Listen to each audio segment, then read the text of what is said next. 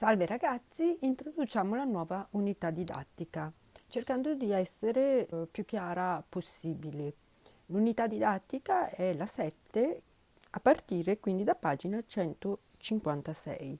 Bisogni, motivazioni ed emozioni. Finora abbiamo parlato della nostra vita psichica considerando quella che gli psicologi chiamano la componente cognitiva, che ci permette di conoscere la realtà in cui viviamo e che comprende la percezione, l'attenzione, la memoria e il pensiero. Oltre alla componente cognitiva vi è anche la componente affettiva, composta sostanzialmente dai desideri, bisogni, sentimenti ed emozioni, la quale è in grado di interagire con quella cognitiva e talvolta anche di incidere profondamente su di essa, incidendo conseguentemente sull'apprendimento stesso. In questa unità cercheremo appunto di approfondire gli aspetti di fondo della dimensione emotivo-affettiva, rispondendo alle domande seguenti. Che cosa sono i bisogni e come si caratterizzano? In che modo le motivazioni condizionano il nostro agire? In che cosa consistono le emozioni e a che cosa servono? Tratteremo questi argomenti uno per volta. Cos'è innanzitutto il bisogno? La definizione di bisogno è data come l'esigenza biologica avvertita come importante, che innesca comportamenti volti a soddisfare quell'esigenza, ossia ho fame, ho bisogno di mangiare, quindi questo mi innesca il comportamento di andare alla ricerca del cibo necessario per soddisfare questa stessa esigenza. I bisogni a loro volta si distinguono in bisogni omeostatici, che sono indispensabili per sopravvivere e che servono a mantenere in equilibrio le condizioni interne dell'organismo, al variare delle condizioni ambientali. Per esempio, se fa freddo, l'organismo sarà costretto a produrre calore per evitare l'abbassarsi della temperatura, con diversi meccanismi, tra cui i brividi.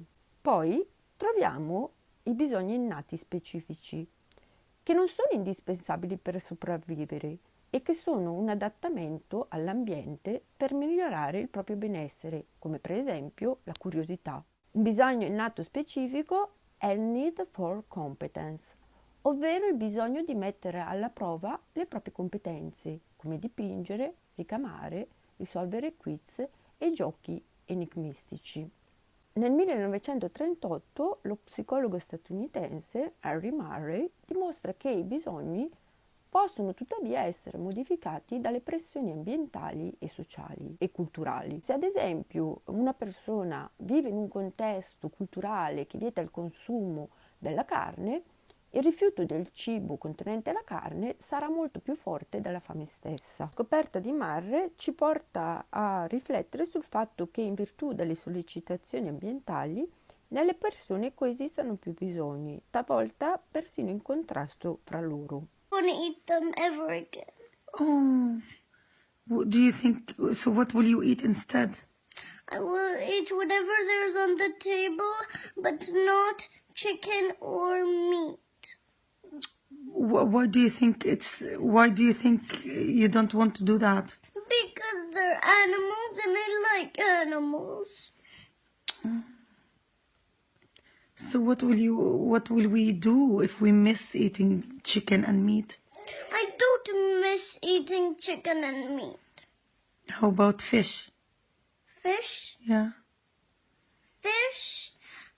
Is it an animal? Yeah. I won't eat that either. Oh my God. So what? I won't eat animals! Okay. So what do you want to eat? What kind of food do you want to eat? Anything's on the table, but not animals. Why do you feel sorry for animals? Because they're nice, and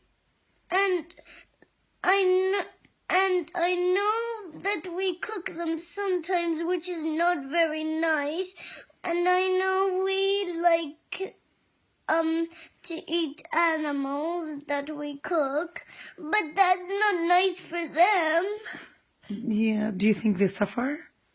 I think that they don't really like being cooked in the oven. Nel 1954 lo psicologo statunitense Abraham Maslow teorizza una classificazione piramidale dei bisogni di tipo gerarchica, ponendo alla base quelli fisiologici essenziali per la sopravvivenza: fame, sete, riposo, riparo, poi quelli di sicurezza, avere la salute, un lavoro, la casa, di appartenenza, amici, famiglia, di stima, essere stimati, avere stima di sé e anche degli altri, e al vertice i bisogni di autorealizzazione, realizzarsi per ciò che si desidera, avere la moralità, la creatività e via dicendo. Come possiamo osservare dal grafico, questi bisogni sono posti in una scala di tipo gerarchico che procede dal basso verso l'alto. Secondo la teoria di Maslow, il senso di appagamento di un bisogno di livello superiore, ossia ad esempio quello di sicurezza, è possibile soltanto quando quelli di livello inferiore sono stati adeguatamente soddisfatti. Quindi, ad esempio, io posso provare sicurezza se prima è stato soddisfatto il mio bisogno di fame, di sonno, di sete. E quindi da questo punto di vista facciamo un esempio ancora ulteriore per capirci: se in una famiglia sussiste uno stato di povertà che rende problematico il soddisfacimento, diciamo, di questi bisogni anche più semplici, allora l'individuo si troverà ad avere più difficoltà a soddisfare quelli superiori e quindi, non so, farà più fatica a provare appartenenza, a trovare amicizie, a provare stima per sé, conseguentemente fino ad arrivare all'autorealizzazione. Questa tesi è tuttavia stata criticata perché, secondo alcuni studiosi, appare difficile pensare che la gerarchia a lui stilata possa valere per tutti gli individui e in tutte le situazioni. Quello che abbiamo appena fatto come un esempio: se uno nasce in una famiglia povera non può autorealizzarsi, non è effettivamente vero, perché possiamo trovare benissimo persone che nascono e crescono in una famiglia con più problemi economici, ma che poi si autorealizza. Inoltre potremmo anche dire che la priorità con cui noi attribuiamo un senso e un significato a questi bisogni possono essere viste anche diversamente da ogni singolo individuo.